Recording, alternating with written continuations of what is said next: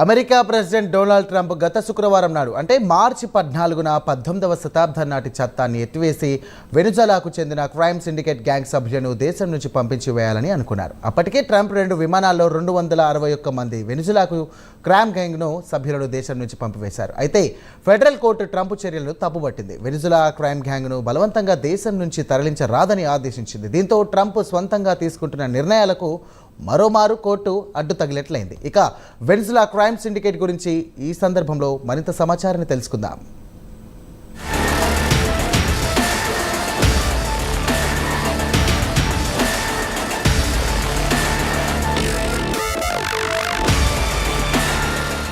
America విషయానికి వస్తే ప్రపంచంలోని అన్ని దేశాలకు చెందిన వారు కలిస్తేనే అమెరికా అయ్యిందన్న విషయం తెలిసిందే.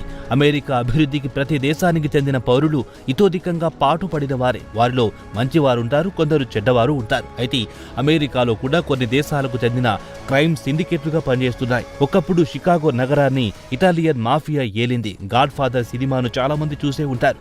ఇటాలియన్ మాఫియాను ఉద్దేశించి తీసింది ఈ సినిమా. అలాగే గాడ్ ఫాదర్ నావల్ కూడా చాలా ప్రాచుర్యం పొందింది. అలాగే ఇంగ్లీష్లో జేమ్స్ హెడ్లీ చెస్ నావల్స్ ఒకప్పుడు యావత్ ప్రపంచాన్ని ఉర్రూతలూగించింది. ఆయన రాసిన దాదాపు 70-80 నవల్లో చాలా వరకు హాలీవుడ్లో క్రైమ్ సినిమాలు తీశారు. ఆయన నావల్స్ ప్రేరణలో హిందీలో కూడా సినిమాలు తీశారు. ఇవన్నీ పక్కన పెడితే తాజాగా వెనుజులా క్రైమ్ సిండికేట్ ఇప్పుడు తమ ప్రభుత్వానికి పెద్ద తలనొప్పిగా పరిణమించింది. కాగా వెనుజులాకు చెందిన టెన్ డి అరగువా అనే గ్యాంగ్ సభ్యులు గత ఏడాది సెప్టెంబర్లో అమెరికాలోని డెన్వర్లో బలవంతంగా ఒక అపార్ట్మెంట్లో భారీ ఆయుధాలతో చొచ్చుకుపోయి పెద్ద హంగామా సృష్టించారు.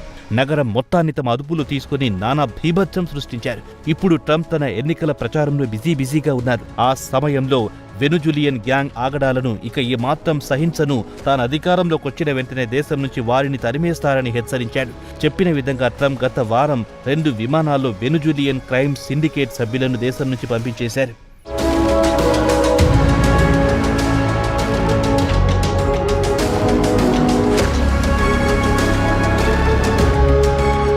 ఇక వెనుజులాకు చెందిన టెన్ డి అరగువా అనే గ్యాంగ్ సభ్యులు అమెరికాలో పెద్ద ఎత్తున క్రైమ్ సిండికేట్గా మారి డ్రగ్స్, ఎక్స్టోర్షన్స్ అంటే బలవంతపు వసూళ్లు, రేపులు, సెక్స్ రాకెట్లు నిర్వహిస్తున్నారు. ఈ గ్యాంగ్లకు చెందిన 261 మంది సభ్యులను గత శనివారం నాడు అమెరికా ప్రభుత్వం 2 విమానాల్లో దేశం నుంచి పంపించేసింది. వారికి కూడా మన ఇండియన్స్ కు వేసినట్టుగా కాళ్లకు బేడీలు వేసి దేశం నుంచి తరిమేసింది. అయితే అమెరికా ఫెడరల్ కోర్టు ట్రంప్ తీసుకున్న నిర్ణయాన్ని తప్పుపట్టింది. అప్పటికి 2 విమానాల నిండా టెన్ డి అరగువా గ్యాంగ్ సభ్యులను పంపించేసింది. కాగా ఫెడరల్ కోర్టు నిర్ణయాన్ని అమెరికా ప్రభుత్వంపై కోర్టులో సవాల్ చేయనుంది. ఇదిలా ఉండగా white house press secretary Karoline Leavitt ఆదివారం నాడు కోర్టు తీర్పుపై స్పందించారు. ఓ సింగిల్ సిటీలో ఉండే ఓ సింగిల్ జడ్జి విదేశాలకు చెందిన టెర్రరిస్టులను విమానాల్లో తరలించడానికి వీల్లేదని చెబుతున్నారు. ఈ విదేశీ టెర్రరిస్టులు భౌతికంగా అమెరికా గడ్డపై నివసించడానికి వీల్లేదని తాము తేల్చి చెబుతున్నామన్నారు.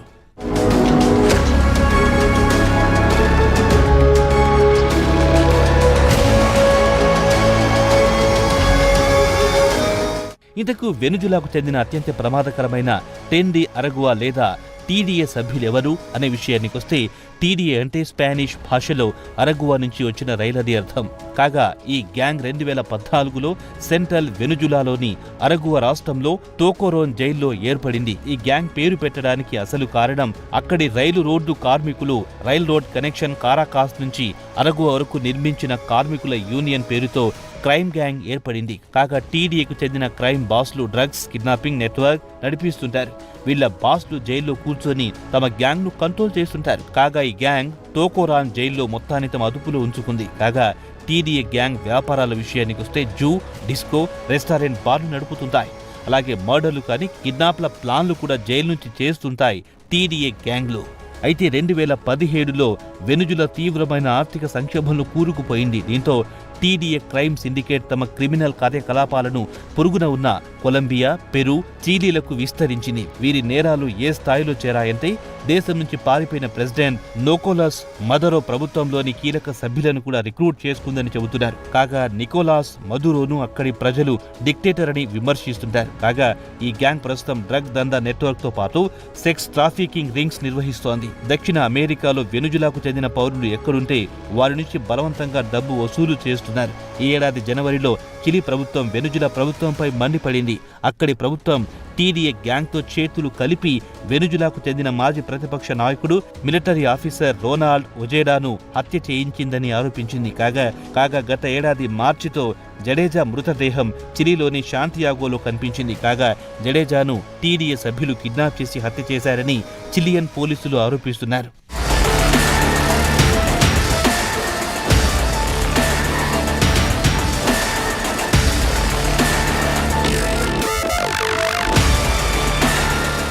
కాగా ఈ గ్యాంగ్లో సుమారు 5,000 కంటే ఎక్కువ మంది సభ్యులున్నారని ఈ గ్రూప్కు సంబంధించి రోన్నా రిస్కూజ్ అనే రచయిత ఓ పుస్తకంలో పేర్కొన్నారు. కాగా ఈ గ్రూప్ నికర ఆదాయం ఏడాదికి $15 మిలియన్లని చెబుతున్నారు. ఇండియన్ కరెన్సీ ప్రకారం చెప్పుకోవాలంటే 130 కోట్ల వరకు ఉంటుంది. అయితే అమెరికాలో వెనుజులాకు చెందిన పౌరులు సుమారు 8 లక్షల వరకు ఉంటారు. ఈ జనాభాతో పోల్చుకుంటే ఈ గ్యాంగ్ సభ్యులు కేవలం కొన్ని వందల సంఖ్యలో ఉంటారు. ఇక అమెరికా టీడీఏ సభ్యులను దేశం నుంచి ఎందుకు పంపించేయాలనుకుంటోంది అంటే ఆదివారం నాడు white house press secretary TDA gang గురించి ప్రస్తావించారు. ఈ గ్యాంగ్ వల్ల అమెరికాకు జాతీయ భద్రతకు పెను ముప్పు పొంచి ఉందని ఒక ప్రకటనలో పేర్కొన్నారు. దేశంలో అత్యంత ప్రమాదకరమైన గ్యాంగ్, ఈ భూమండలంలో అత్యంత క్రూరమైన గ్యాంగ్ టీడీఏ అని ఆమె అభివర్ణించారు. వారికి రేపులు చేయడం లేదా అరాచకం సృష్టించడం, హత్యలు చేయడం ఒక సరదా లేదా ఒక క్రీడ అని ఆమె అన్నారు.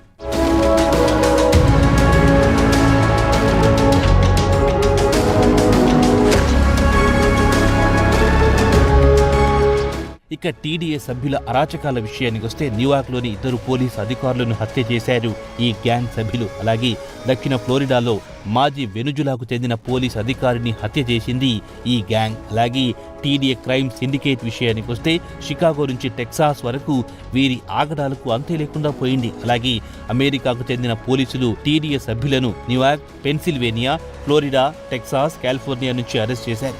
ఇదిలా ఉండగా గత ఏడాది జూలైలో బైడెన్ అడ్మినిస్ట్రేషన్ కూడా ఈ గ్యాంగ్ను ట్రాన్స్ నేషన్ క్రిమినల్ ఆర్గనైజేషన్ గా గుర్తించింది. ఎల్ సాల్వెడార్కు చెందిన MS-13, ఇటలీకి చెందిన కమెర్రా గ్యాంగ్ల సరసన చేర్చింది. అమెరికాలో వీరి ఆస్తులను జప్తు చేసుకునే హక్కు ప్రభుత్వానికి ఉంది. విదేశాలకు చెందిన గ్యాంగ్లు అమెరికాలో క్రైమ్ చేసినా లేదా అక్రమ కార్యకలాపాలకు పాల్పడితే ఇక ఏమాత్రం సహించనంటున్నారు ట్రంప్. అలాగే టీడీఏతో పాటు ఇతర గ్యాంగ్ లీడర్లను పట్టుబట్టిస్తే $12 మిలియన్ల రికార్డును కూడా ప్రకటించింది ట్రంప్ అడ్మినిస్ట్రేషన్.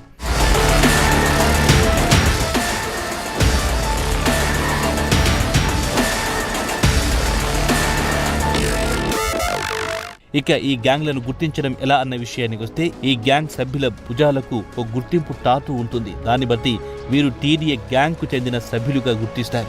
ఇక ట్రంప్ ప్రభుత్వం గ్రీన్ కార్డు ఉండి అక్కడ ఉద్యోగాలు చేస్తూ ప్రభుత్వానికి పన్నులు కట్టిన వారిని నిర్దాక్షిణ్యంగా పంపిస్తుంటే ఇక టీడీఏ గ్యాంగ్ ట్రంప్ కు ఒక లెక్క అన్న టాక్ ప్రస్తుతం అమెరికాలో